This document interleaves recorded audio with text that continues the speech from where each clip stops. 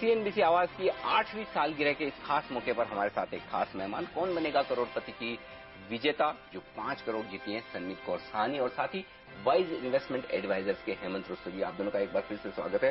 सनमीत जी, बड़ा पैसा आपने जीता है, अब बड़ा सवाल ये भी कि इसे सेफ भी रखना है और इस पैसे से और पैसा भी बनाना है। ये बताइए कि अभी आपने क्या कहीं कोई इन्वेस्टमेंट करने की सोची, इस पैसे को कहाँ लगाना चाहती है, ऐसा कुछ दिमाग में है आपके? नहीं, अभी तक तो सर कुछ भी नहीं सोचा। चलिए, बहुत अच्छी बात है। हेमंत, आपके लिए काम ज्यादा आसान है कि इन्होंने कुछ सोचा नहीं है। इनके 2 डॉटर्स हैं, एक 18 साल की और एक 12 साल की शायद, राइट? और फिलहाल इनके पास प्रॉपर्टी जो है जहां रह रहे हैं वो रेंटेड है। तो अब ये बताइए कि इन्हें किस तरह से इन्वेस्टमेंट की शुरुआत करनी चाहिए? देखिए सनमी जी, सबसे पहले मुझे एक बात बताइए, इससे पहले आपने कभी इन्वेस्टमेंट करते थे आप कुछ? मैंने बस छोटा मोटा शेयर्स वगैरह पे किया था, वैसे कुछ। और थोड़ी बहुत इन्होंने इंश्योरेंस पॉलिसी वगैरह। हाँ। ठीक है, देखिए अब ये अमाउंट तो आपके पास आ गया। हाँ जी। सबसे पहले मैं चाहूंगा एक काम कीजिए, जो भी आपकी जरूरतें हैं, ठीक है, हमारी कुछ जरूरतें होती हैं, ठीक है, कुछ इच्छाएं और कुछ शौक हैं, उनको जरा थोड़ा पीछे रखिए। जो आपकी जरूरतें हैं उनको सबसे पहले आप एक लिस्ट बना लीजिए। ठीक है। क्या करना है, आप जैसे आप घर के किराए के घर में रहते हैं, आप सबसे पहले आपकी इच्छा होगी कि आप एक घर खरीदें। वो सबसे पहले आपकी प्रायोरिटी होनी चाहिए। ठीक है, अगर हमारी लाइफ में कुछ और रिक्वायरमेंट्स हैं, थोड़ा बहुत लोन है, वो पहले पे कर दीजिए। सबसे पहले वो पे कर दीजिए। जो आपकी घर की जरूरत है उसको आप लीजिए, क्योंकि एक बात समझ लीजिए, घर एक ऐसी जरूरत है जो सबके लिए होना ही चाहिए और इसकी कीमत आगे आगे बढ़ने वाली है। तो जितना जल्दी आप उसको लेंगे उतना आपके लिए अच्छा रहेगा। उसके बाद आपकी कुछ और रिक्वायरमेंट्स होंगी, जैसे आपकी 2 बेटियां हैं, जैसे आपने कहा, उनकी एजुकेशन है, सबसे पहले वो जरूरी है। फिर आपको उनकी शादी के लिए पैसा लगेगा, हाँ। वो आपको देखना है।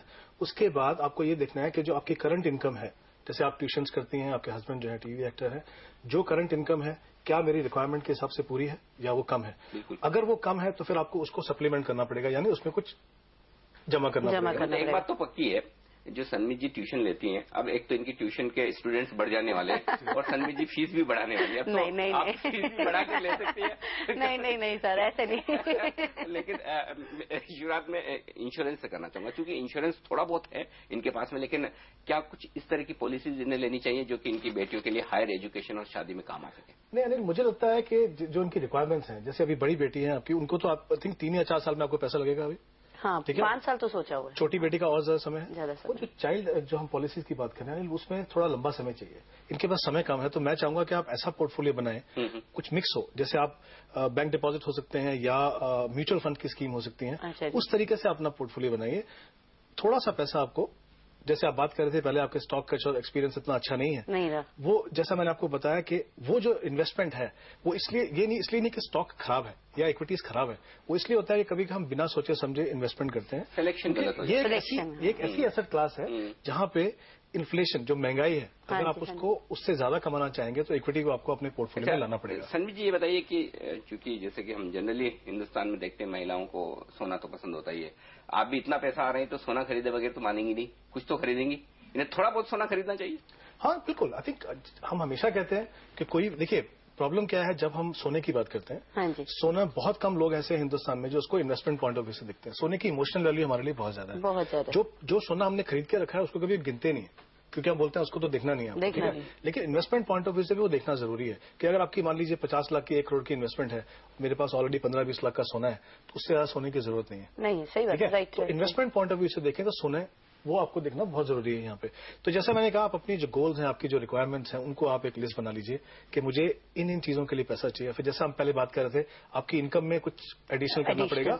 साथ में जब भी आपके हस्बैंड रिटायर होंगे, आप रिटायर होंगे, तो वो भी आपको रिक्वायरमेंट। हाँ, यहीं पर एक पॉइंट मुझे जानना है, मुझे पूछना है, क्योंकि मेरी जो सनमीत जी से पहले बात हो रही थी उससे मुझे पता चला कि इनके हस्बैंड खुद अपने आप में एक टीवी कलाकार हैं। और जनरली होता है कि टीवी कलाकार या फिर फिल्म वालों के इनकम जो आती है वो रैंडम होती है।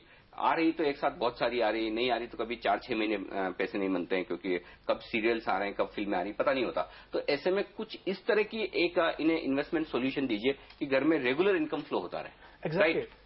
एग्जैक्टली अनिल, मैं आपको वही इनको बता रहा था कि जैसे आपकी रेगुलर इनकम है वो आपके लिए बहुत जरूरी है यहाँ पे, क्योंकि जैसे आपने कहा कि आपके हस्बैंड जो है वो टीवी एक्टर, अगर रेगुलर इनकम नहीं है। नहीं, इनकम तो एक्चुअली रेगुलर ही है। अच्छा। और जैसे मैंने आपको बताया लोन्स वगैरह का है। हाँ जी।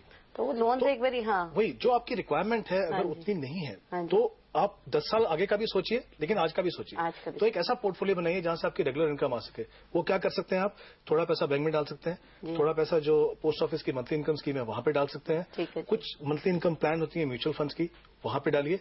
उसमें क्या होगा, आपको रेगुलर इनकम भी मिलेगी और साथ में आपको जो कैपिटल एप्रिसिएशन होना चाहिए, जो पैसे की वैल्यू बढ़नी चाहिए over a period of time, वो भी बढ़ जाएगी। तो एक तो ये पोर्टफोलियो बना।